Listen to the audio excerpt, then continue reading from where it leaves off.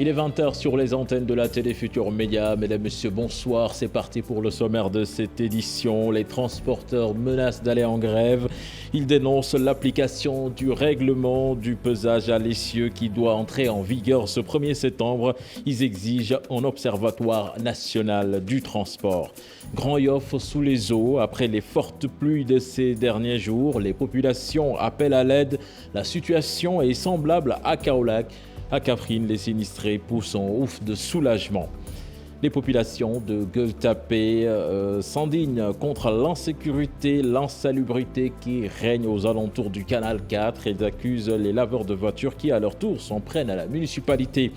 Et puis basket, Coupe du Monde, le Sénégal entre en lice ce dimanche face à la Lituanie. La première journée a été fatale aux représentants du continent africain. On en parle dans la page des sports. Voilà le sommaire de cette édition. Tout de suite les développements.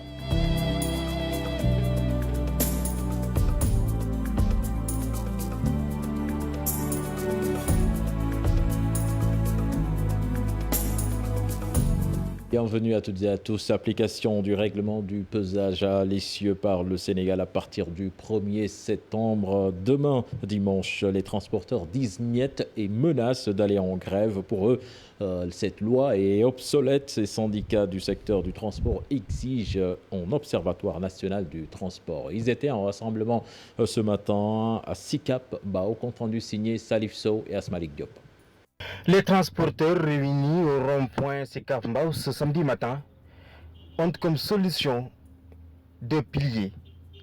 Il s'agit d'un organe de régulation et d'un observatoire national du transport. Donc il aurait fallu une autorité de régulation pour que l'attribution des licences vous permettant d'acheter un camion pour faire du transport de marchandises soit soumise à une étude au préalable pour montrer qu'il y a une offre supérieure, à une demande supérieure à l'offre. Concernant la réglementation du pesage à l'essier, les propriétaires de gros porteurs parlent de loi obsolète. Aucun de ces États n'applique la réglementation comme cela se doit. Ils l'appliquent façon comme ça arrange leurs clients. Pourquoi le Sénégal doit accepter que le port de Dakar soit l'agneau de sacrifice pour régler ce problème-là? Il faudrait que nos États comprennent que l'intérêt dans la communauté n'exclut pas la préservation des intérêts de vos nationaux. Le port aujourd'hui, le directeur peut ne pas le dire, mais nous avons des amis maliens. Le fret est en train de basculer. Le premier impacté sera le port. Peut-être qu'après, on va en souffrir. Mais voyez le port délesté de tout ce que les Maliens font passer par ici. Et ça a commencé. Il faudrait que le Sénégal comprenne que le règlement 14 n'arrange aucun acteur. La Côte d'Ivoire ne l'applique pas. La Mauritanie n'en fait pas partie, donc il ne l'applique pas. La Guinée ne l'applique pas. Pourquoi devrions-nous l'appliquer? Le fret bascule déjà, avertissent-ils, vers les autres ports. Dakar est concurrencé sérieusement.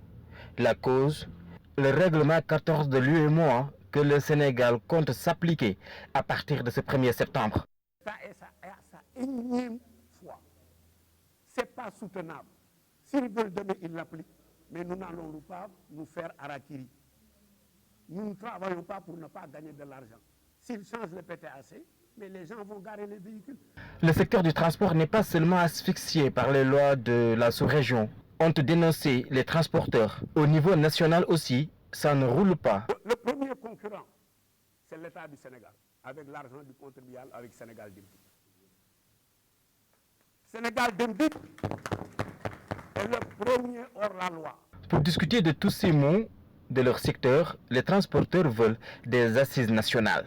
Nous restons toujours dans l'univers du transport avec les anciennes plaques d'immatriculation qui vont bientôt disparaître avec des nouvelles mesures dans la sécurité routière en sus des permis de conduire. Une situation qui pousse plutôt les fabricants de plaques à interpeller les autorités pour un accompagnement, pour faciliter la tâche. Ils veulent plus de moins pour conserver leurs activités. Nous écoutons un des leurs, il s'appelle Mohamedou Lamine Ndiaye, interrogé par Ababakar Kamara.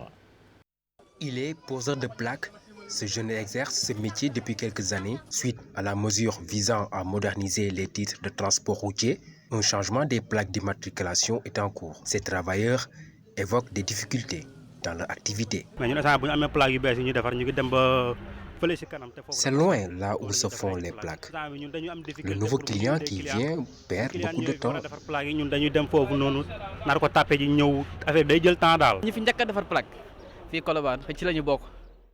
Nous faisons partie des premiers poseurs de plaques ici à Colobane et nous n'avons pas de machine. D'habitude, les plaques bleues ne prennent qu'environ 10 minutes. Pour les nouvelles, ça prend au moins 45 minutes.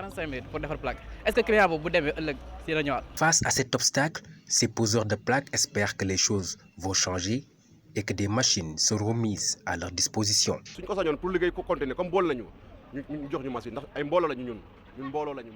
Ce qui est mieux, c'est que l'on nous dote de machines. Nous sommes nombreux et organisés ici. Si on a une machine, il n'y aura pas de souci.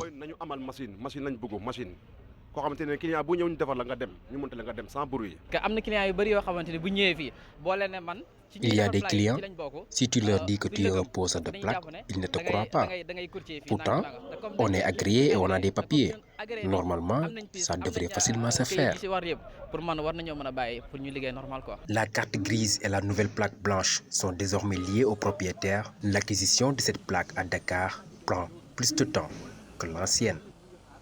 C'est plutôt un reportage de Mohamed Lamine Ndiaye. Je vous l'annonçais dans les titres de cette édition. Les populations de Gueule-Tapée n'en peuvent plus de l'insalubrité, l'insécurité et l'anarchie qui règnent aux alentours du canal 4.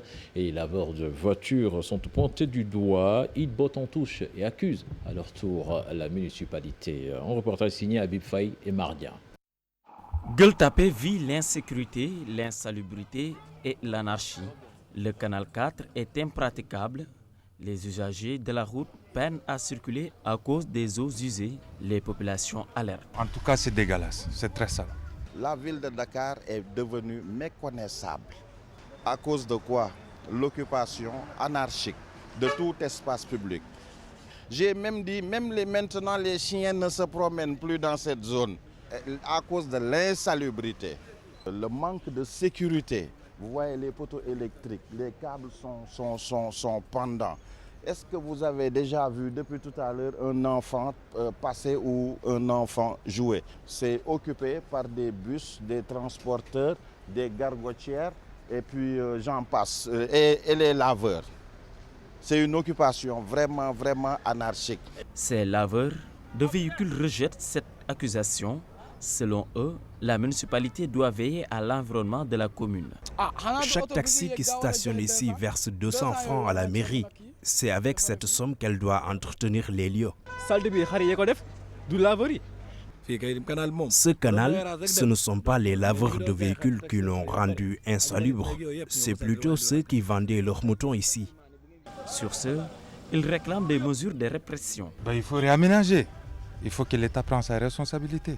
Pour moi, un être normal, sensé, ne laisserait pas cette situation perdurer, même si c'est pour 24 heures.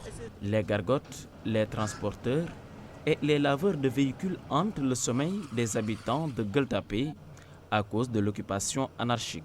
Ici, des canaux à ciel ouvert, on y retrouve des eaux usées qui les empêchent de vaquer à leurs occupations. La municipalité indexée dans cette histoire soutient que le suivi fait défaut. Le secrétaire général de la mairie accuse les laveurs de voitures d'occupation anarchique de la voie publique. Je vous propose de l'écouter. C'est vrai, hein? Ce n'est pas la première fois. On a toujours fait des opérations de déguerpissement depuis que le maire est là. Mais il faut avouer que dans toutes les localités, pratiquement, on a un problème de suivi. Les laveurs de véhicules, je voudrais aussi dire que ce ne sont pas des individus qu'on a autorisés. Ils se sont venus installer d'eux-mêmes. Donc, anarchiquement, voilà. Ce sont des installations anarchiques.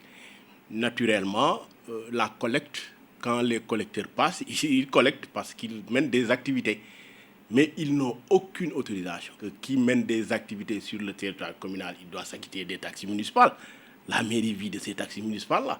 Maintenant, le problème, c'est plus profond. Est-ce qu'ils sont de manière régulière, ils ont occupé régulièrement ces trottoirs ou ces espaces-là. C'est ça le problème. Et puis après le déguerpissement des alentours du stade Léopold Sédar Senghor, il y a certains mécaniciens qui se sont implantés devant la plage de Yoff Djamalaï, ce qui n'a pas échappé à l'autorité préfectorale qui leur a soumis une sommation pour qu'ils quittent les lieux, ce qui est pour la municipalité de Yoff une solution pour redonner à la cité laïenne sa belle image d'antan. Reportage signé Mohamed Samb et Ababakar Kamara.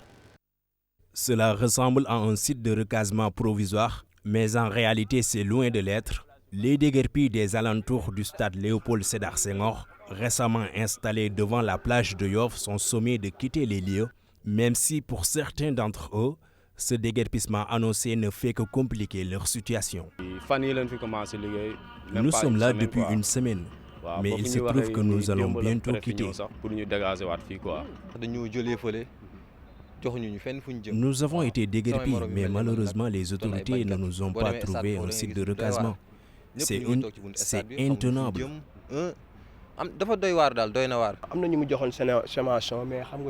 Nous avons reçu la sommation. Pour la municipalité de Yoff, cette présence des mécaniciens sur la plage est une agression de l'environnement. Et aujourd'hui, cela s'est aggravé par le fait que après le désencombrement qui s'est passé au stade Léopold Sédar Senghor, donc tous les gens qui ont été déguerpis de la zone, n'est-ce pas, ont fui et se retrouvent dans le périmètre communal de Yoff. Et la majeure partie se trouve au niveau de Djamalaï. Ce qui crée un désordre, un encombrement d'une dimension extraordinaire. Et nous sollicitons quand même le préfet, le sous-préfet, le directeur du désencombrement, pour qu'au moins, n'est-ce pas, que la situation du stade Léopold ne se reproduise pas au niveau de Djamalaï. Il est donc urgent d'opérer un déguerpissement pour redorer le blason de la cité laïenne. On ne peut pas quand même déguerpir des gens, au lieu de leur trouver, n'est-ce pas, un endroit, ou bien de les accompagner dans le processus de déguerpissement. Mais si vous les laissez comme ça, ils vont se retrouver dans les autres communes. Et la commune la plus proche, c'est la commune de Yoff.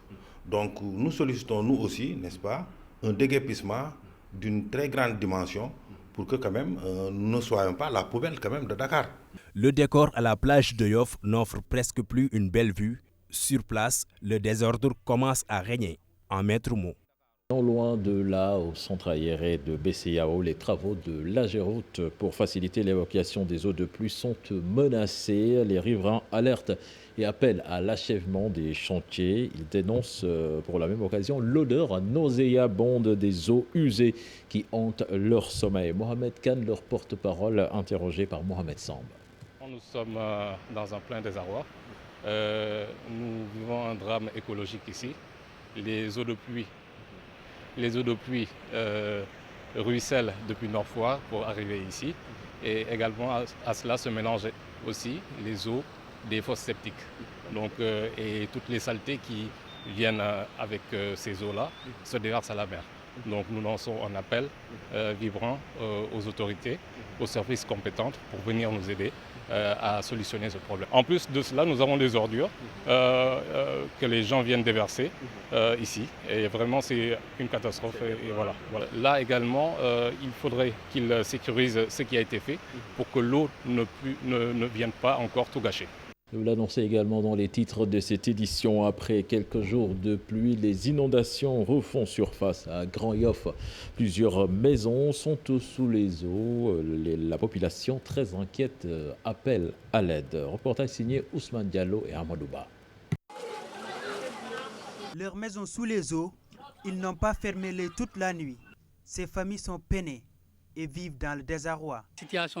C'est vraiment difficile, on ne sait plus à quel sens se vouer. Nous n'avons pas fermé l'œil depuis 6 heures du matin. Vous voyez, jusqu'à présent, nous essayons d'évacuer les eaux.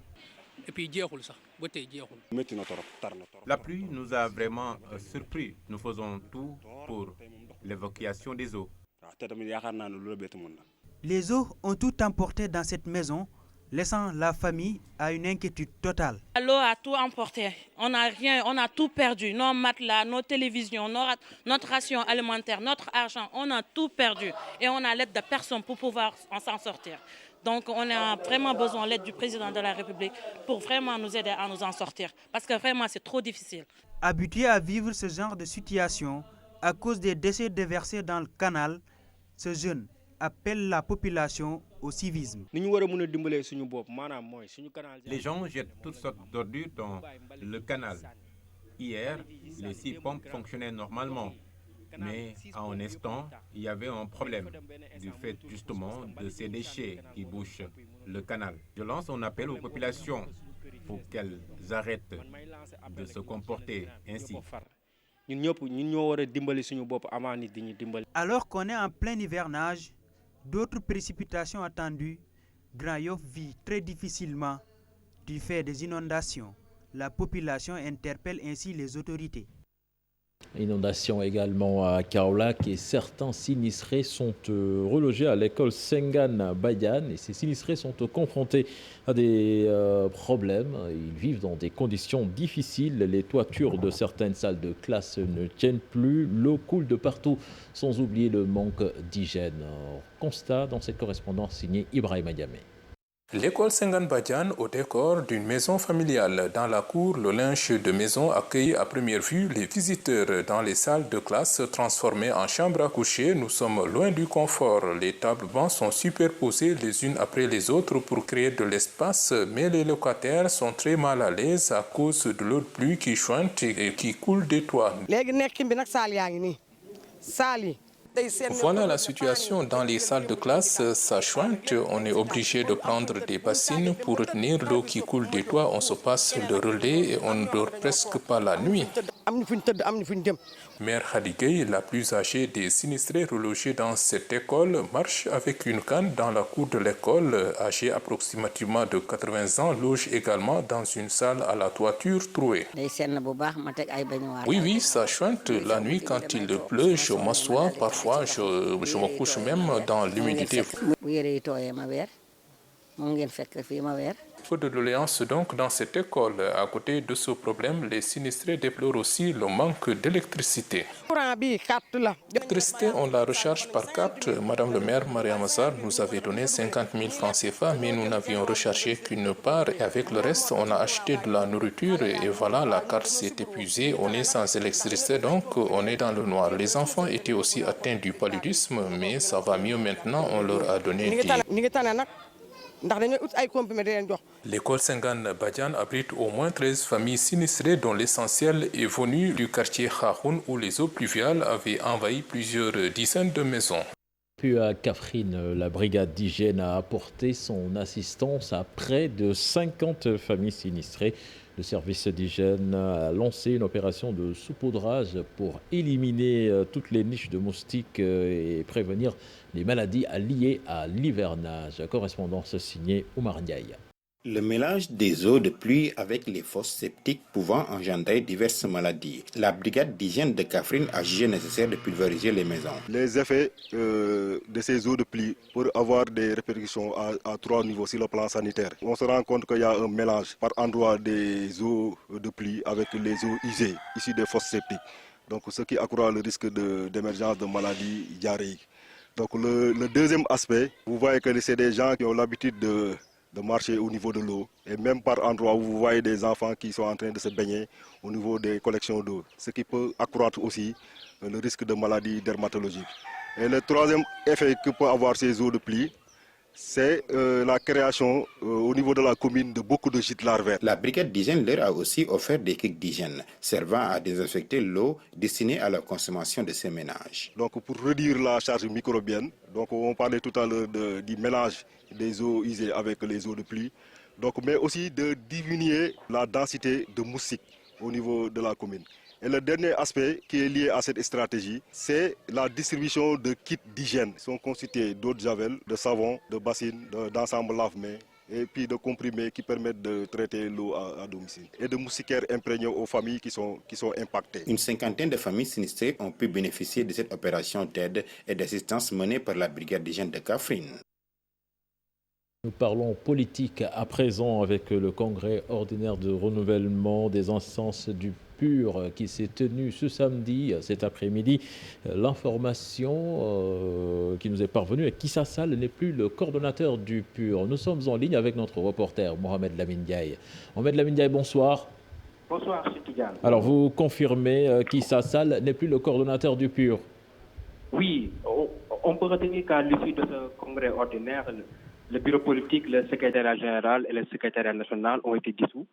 Dorénavant, le parti de l'unité et du rassemblement sera dirigé par un directoire composé de 3 personnes, que sont le responsable chargé de la stratégie, Cheikh Ahmed Tidiane Youm, le responsable national chargé de l'information et la communication, et le responsable national chargé des relations publiques, Cheikh Ahmed Tidiane Ndiaye. C'est ce que nous pouvons dire à l'issue de ce congrès ordinaire pour le renouvellement des...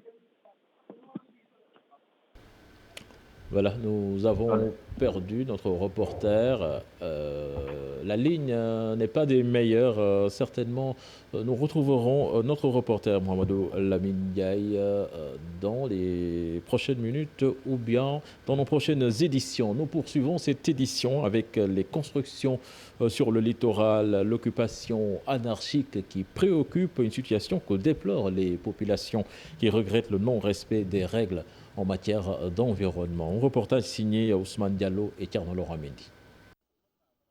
En cette période d'été, rien de plus normal que d'aller à la plage pour évacuer la chaleur. Seulement, il n'y a presque plus d'espace consacré du fait de la construction d'hôtels et d'autres établissements. Quand on était plus petit, on venait jouer au football sur cette plage qui avait de l'espace qui nous permettait de pratiquer d'autres formes de loisirs. Maintenant, ce n'est plus possible puisque la plage est occupée par ces vendeurs avec leurs tentes, mais aussi des promoteurs hôteliers, entre autres. Ça pose des fois problème, bien sûr, parce qu'avant, il y avait plus d'espace. Je pense qu'avec les gens, maintenant, donc, ça se rétrécit plus. Donc je pense que ça, c'est un réel problème. Donc, oui, carrément. Plus parce que comme je le disais tantôt, par exemple avec l'installation des hôtels, je pense que cela on ne peut pas l'empêcher. Mais je pense qu'il faut quand même garder un minimum d'espace pour les gens, pour la population et pour les gens qui viennent se baigner, jouer au foot, etc. Parce que je pense que ça aussi, ça fait partie du quotidien des gens ou des jeunes. Cette situation est due au non-respect du code de l'environnement qui n'est pas appliqué. À la fois sur le côté littoral, il y a le code de la pêche, il y a le code de l'environnement. Le code de l'environnement qui existe, malheureusement, ce n'est pas très bien appliqué, ce n'est pas très bien respecté. Et les dispositions pratiques pour contraindre les gens également à le faire, peut-être on met trop de masla là-dessus. Les populations doivent s'organiser afin de préserver leur cadre de vie avant de faire appel à l'État. Dans chaque quartier, on devait s'organiser, par exemple au niveau des ASC, pour que les gens prennent les dispositions nécessaires, qu'au niveau de notre quartier, de nos maisons, de nos concessions, on puisse véritablement bien nettoyer et puis maintenant demander à l'État de nous donner les moyens de pouvoir évacuer.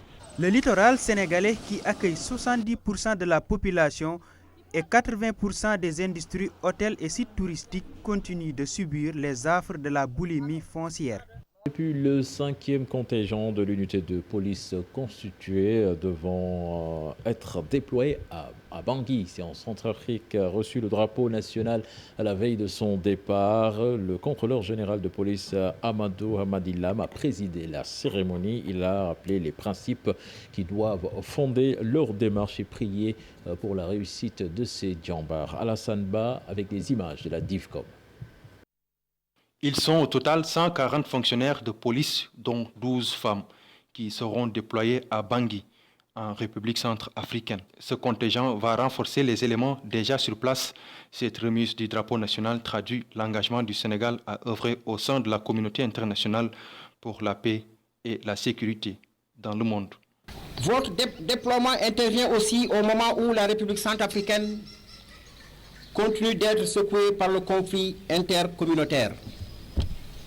En effet, malgré les nombreuses rencontres entre autorités gouvernementales et chefs de groupes armés, rencontres à l'issue desquelles un accord politique pour la paix et la réconciliation a été trouvé, le processus du désarmement, de mobilisation et réintégration reste en léthargie. Ces hommes sont invités à travers la formation reçue à honorer notre drapeau national, notre pays, la discipline, le respect des vertus auxquelles ils doivent s'armer.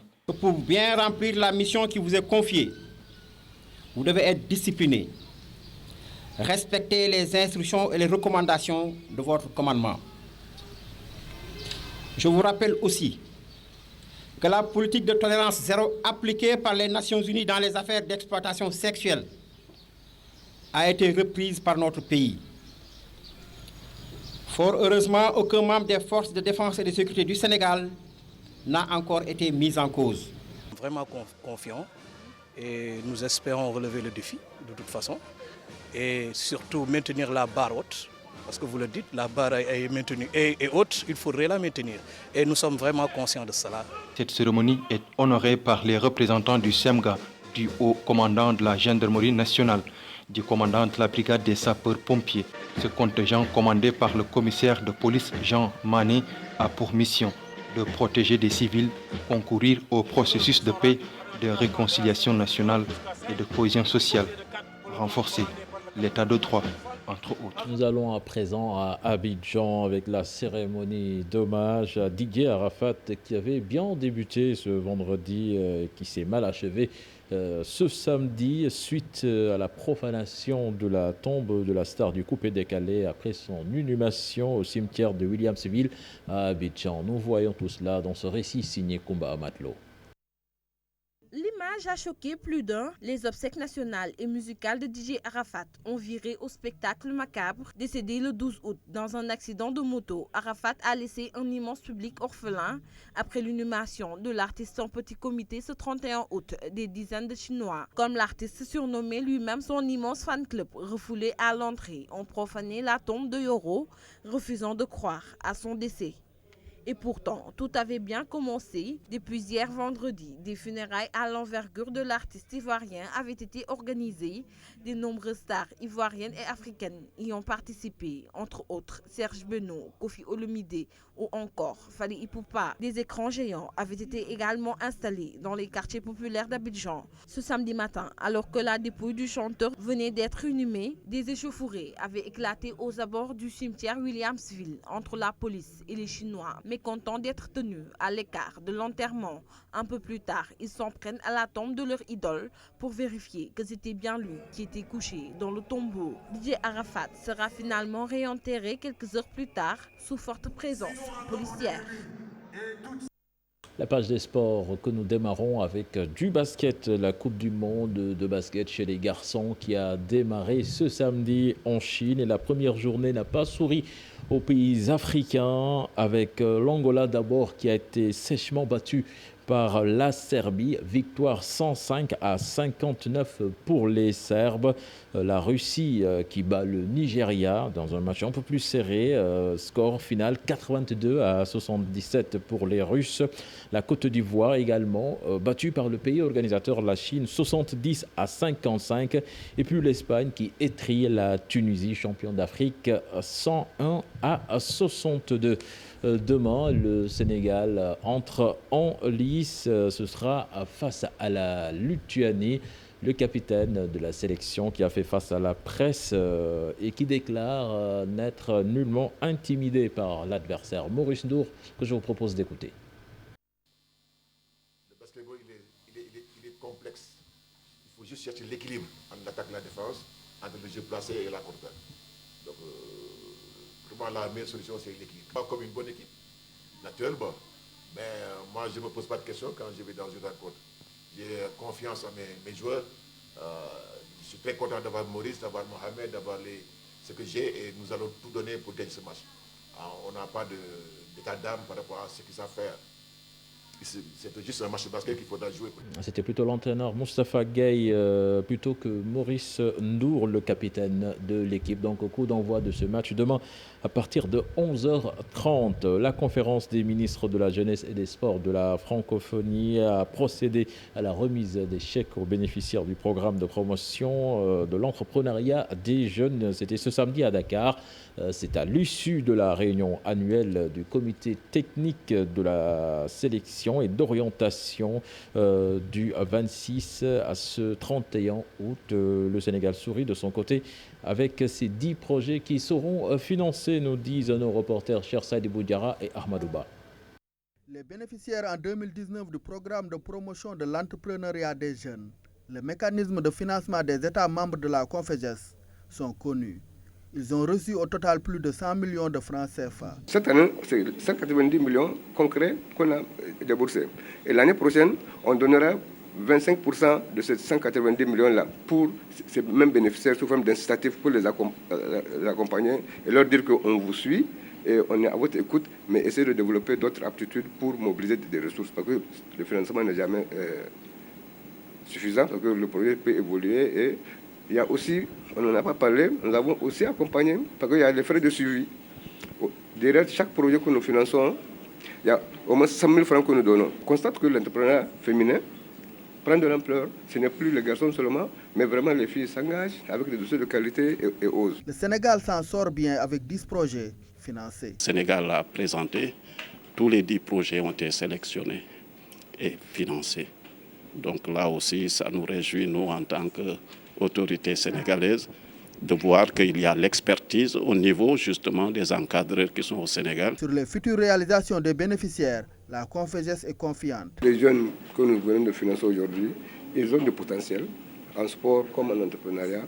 Il s'agit de trouver des mécanismes et un encadrement approprié pour que nous puissions réaliser des performances vraiment jamais espérées. Vivifier l'entrepreneuriat et pousser à la réalisation de performances sportives, c'est l'ambition de la CONFEJES pour les jeunes issus de la francophonie. Et le financement de projets venus de 10 pays membres constitue une étape de leur stratégie.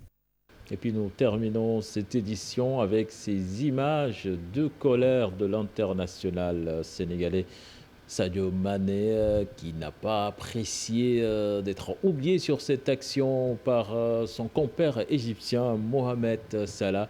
Sadio, aussitôt sorti par son entraîneur, Jürgen Klopp, a montré donc sa frustration sur le banc de touche des Reds, rappelons-le, qui se sont imposés quand même 3-0 cet après-midi en championnat d'Angleterre. Voilà, c'était tout pour ce 20h.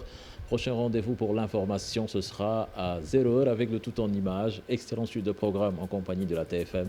Au revoir.